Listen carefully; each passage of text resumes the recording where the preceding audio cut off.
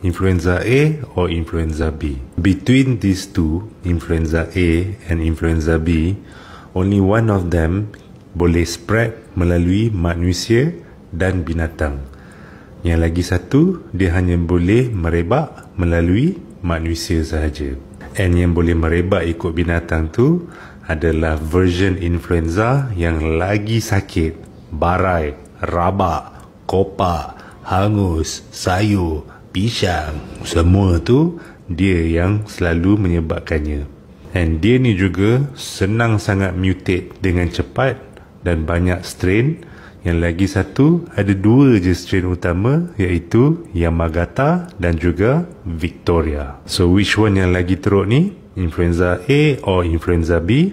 Tak lain dan tak bukan influenza A. Jadi haraplah korang faham bila patient kena influenza A, mengapa mereka sangat barai. Itu sahaja daripada saya. Think medical, think Medic Zul. Peace. Assalamualaikum.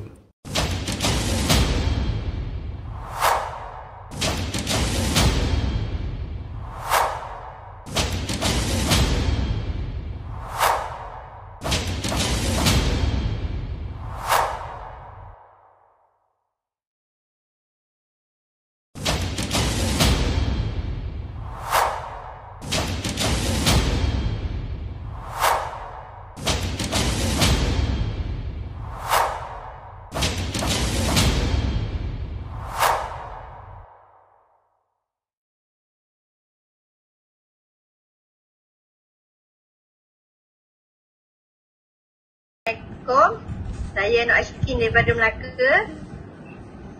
Nak sharing pasal Ejisera ni, penggunaan Ejisera ni. Saya kenal Ejisera ni melalui sahabat saya, Fiza.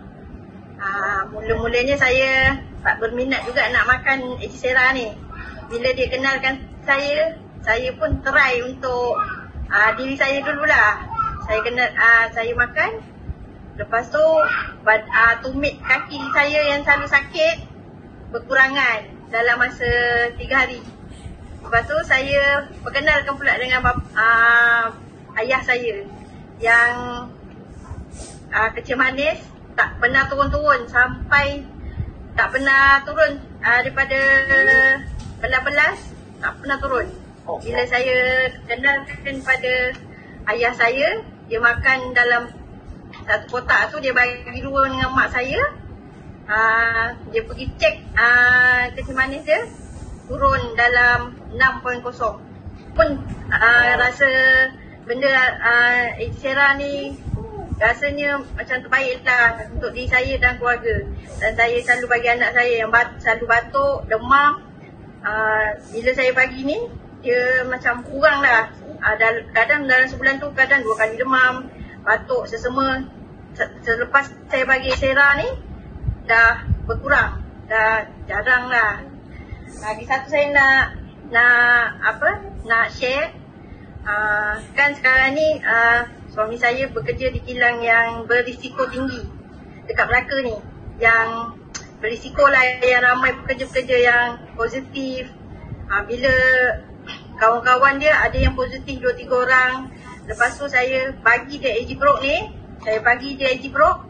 Alhamdulillah, kawan dia ada yang positif. Tapi suami saya dah 2 kali swab. Alhamdulillah dia tetap negatif. Jadi saya sarankan, gunalah ni. Musim-musim macam ni lagi, virus ni, alhamdulillah dia bolehlah membantu kita, imun badan kita. Itu je lah saya punya kongsian.